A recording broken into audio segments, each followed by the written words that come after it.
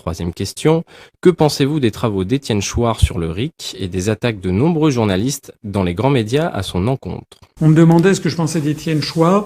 Alors, Étienne Chouard, c'est quelqu'un que je connais. C'est une connaissance, peut-être pas tout à fait un ami, mais presque. Il était venu, je l'avais invité à la première université d'automne de l'UPR. On trouve encore d'ailleurs notre débat sur Internet. Je lui avais montré pourquoi j'étais personnellement hostile à son système de tirage au sort pour les députés. Et en fait, il en était assez convenu d'ailleurs. En revanche, j'avais reconnu de mon côté que pour un certain nombre de procédures, on peut très bien avoir un système de tirage au sort, par exemple pour demander l'avis des Français sur ce qu'ils veulent voir à la télévision, par exemple, je le disais tout à l'heure.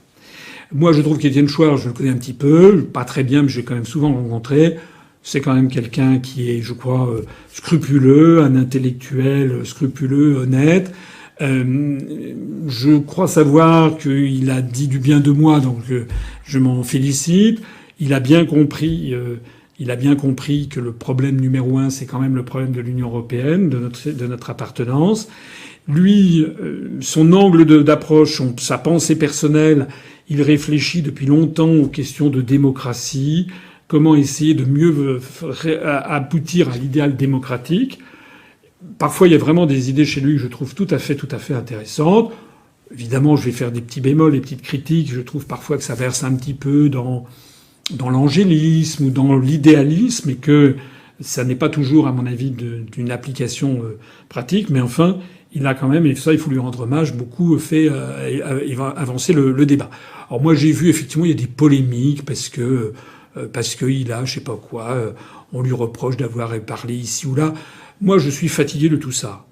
Hein, c'est comme moi, maintenant on m'en parle plus, mais enfin pendant plusieurs années, on m'avait reproché d'avoir fait une fois une conférence dans un truc qui était tenu par quelqu'un qui était d'extrême droite. Je ne savais pas que c'était le gérant.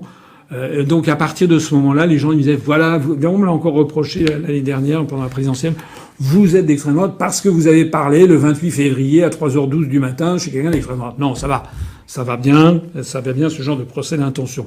Parce que les mêmes, moi je n'avais pas dit, j'ai parlé aussi devant des quantités de personnes et je m'enflamme parce que finalement le rôle d'un responsable politique ou d'un agitateur d'idées, d'un penseur politique comme Étienne Chouard, c'est justement de pouvoir aller s'exprimer un petit peu partout, de faire avancer son truc. Il faut arrêter cette espèce de fatwa comme ça, d'interdit, on jette les interdits. Une fois, il y avait un journaliste qui m'avait dit mais quand même, vous êtes d'extrême droite parce que il y a un site d'extrême droite qui vous a relayé. Voilà, j'ai mis d'abord, qu'est-ce que vous voulez que j'y fasse moi si un site d'extrême droite me relaye? Il y a aussi d'autres sites qui me relayent. Puis ça ne fait pas pour autant de moi quelqu'un d'extrême droite. Oui, mais vous avez rencontré. Je dis mais vous me rencontrez. Alors si je suis d'extrême droite, vous aussi vous êtes d'extrême droite puisque vous me rencontrez au moment où nous parlons. Alors le journaliste avait fini par bon, d'accord, changer de sujet. Non, on juge de la personnalité, de son positionnement politique, de son honnêteté intellectuelle. On le juge sur la durée. On ne le juge pas sur un truc ou une rencontre ou ci ou ça qu'il a pu faire.